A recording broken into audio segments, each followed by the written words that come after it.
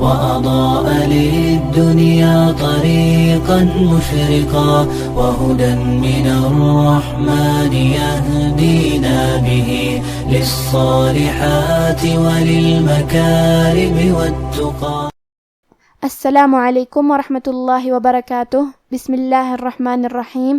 الحمد للہ وحدہ والصلاة والسلام علی من لا نبی بعدہ اما بعد. رب اشرح لی صدری ویسر لی امری واحلل عقدۃ من لسانی یفقہوا قولی. شروع کرتی ہوں اللہ کے نام سے جو بڑا مہربان نہایت رحم کرنے والا ہے. انشاءاللہ آج کے درس نمبر 227 میں سورۃ الکہف آیت نمبر 103 سے آیت نمبر 106 تک کی شرح اور ترجمہ سماعت فرمائیں گے. تو شروع کرتے ہیں. اعوذ باللہ من الشیطان الرجیم. قل هل ننبئکم بالاخسرین اعمالا. کلمت قل میں قاف کی ادائیگی زبان کے جڑ اور تالو کے نرم حصے سے ہے. قاف حروف تفخیم میں سے ہے تو ہم حرف القاف کو موٹی آواز میں پڑھیں گے کیونکہ یہاں لام ساکن ہے، لہذا ہمیں لام کو ظاہر کرنا ہے. کلمت ننبئکم میں نون پہ پیش ہے پھر نون پہ زبر ہے تو ہم یہ دونوں حرکات کو ظاہر کریں گے. کیونکہ با پہ تشدید ہے تو ہمیں دو حرف کے برابر با کو پڑھنا ہے کیونکہ تشدید کی اصلیت دو حرف ہے. جیسا کہ یہاں حرف البا ہے تو یہ دو با ہے، با ساکن اور با متحرک. آخری میں میم ساکن ہے پھر حرف البا آتا ہے. کلمت بالاخسرین با حروف الاخفاء الشفوی میں سے ہے اور اخفاء کا معنی ہے چھپا دینا، تو ہم میم ساکن کو چھپاتے ہوئے اور غنہ کے ساتھ یہ حکم کو ادا کریں گے. ننبئکم بالاخسرین. کلمت بالاخسرین میں حرف الخاء کی ادائیگی حلق کے اوپر والے حصے سے ہے. خاء حروف تفخیم میں سے ہے تو ہم یہ حرف کو بھاری آواز میں پڑھیں گے. حرف را کے نیچے زیر ہے لہذا یہاں را کا حکم ہے ترقیق، ہمیں را کو پتلی آواز میں پڑھنا ہے. کلمت اعمالہ میں عین کی ادائیگی حلق کے اوپر والی حصے سے ہے کیونکہ یہاں عین ساکن ہے لہذا ہم عین کو ظاہر کریں گے. آخری میں لام پہ تنوین زبر ہے، ہم یہ کلمہ پہ رکیں گے تو تنوین زبر پہ مد الف سے رکیں گے. قل هل ننبئکم بالاخسرین اعمالا الذین ضل سعیهم فی الحیاة الدنیا وهم یحسبون انہم یحسنون صنعا.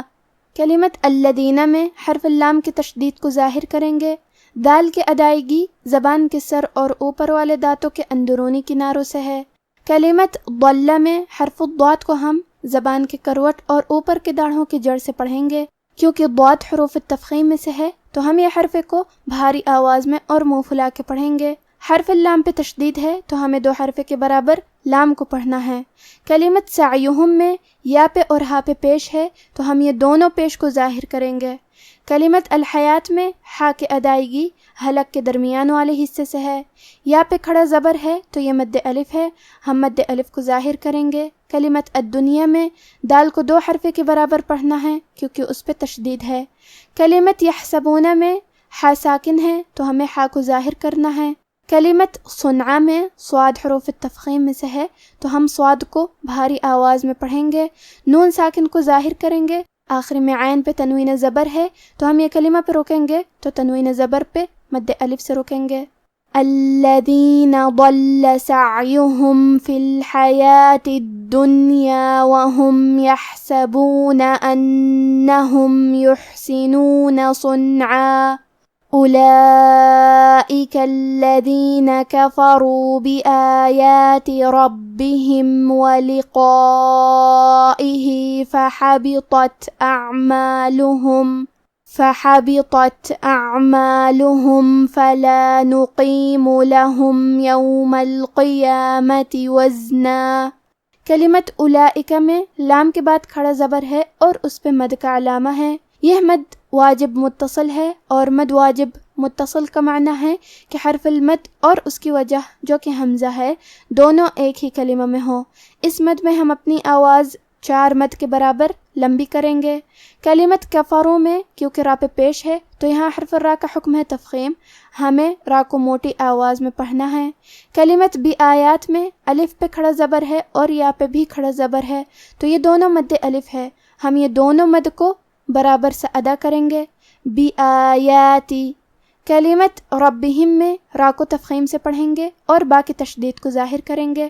کلمت لقائہ میں قاف ہے اور اس کے بعد مد الف ہے، کیونکہ مد الف اپنے پیچھے والے حرف کا حکم لیتا ہے تفخیم میں اور ترقیق میں، اور اس کے پہلے قاف کا حکم ہے تفخیم، تو ہمیں قاف کو اور مد الف کو دونوں کو بھاری آواز میں پڑھنا ہے، اور کیونکہ یہ مد واجب متصل ہے تو ہم اپنی آواز 4 مد کے برابر لمبی کریں گے۔ آخری میں ہا کے نیچے کھڑی زیر ہے تو یہاں حکم ہے مد صلہ صغرا، ہم اپنی آواز 2 مد کے برابر لمبی کریں گے۔ وَلِقَائِهِ فَحَبِطَتْ، کلمت فَحَبِطَتْ میں حرف الطو ہے، تو حروف تفخیم میں سے ہے تو ہم یہ حرف کو بھاری آواز میں پڑھیں گے۔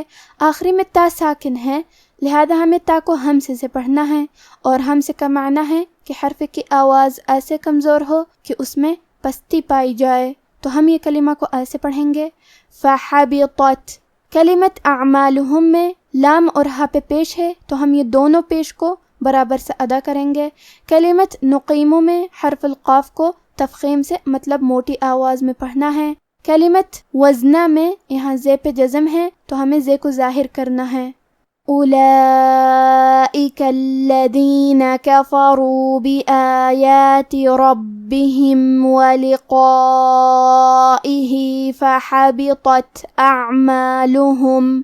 فحبطت أعمالهم فلا نقيم لهم يوم القيامة وزنا ذلك جزاؤهم جهنم بما كفروا واتخذوا آياتي ورسلي هزوا۔ کلمت جزاؤہم میں مد واجب متصل ہے تو ہم اپنی آواز 4 مد کے برابر لمبی کریں گے۔ واو پہ حمزہ ہے اور اس پہ پیش ہے اور حرف الہا پہ بھی پیش ہے تو ہم یہ دونوں پیش کو ظاہر کریں گے اور اسے برابر سے ادا کریں گے۔ کلمت جہنمہ میں حرف نون پہ تشدید ہے تو ہمیں 2 حرف کے برابر نون کو پڑھنا ہے۔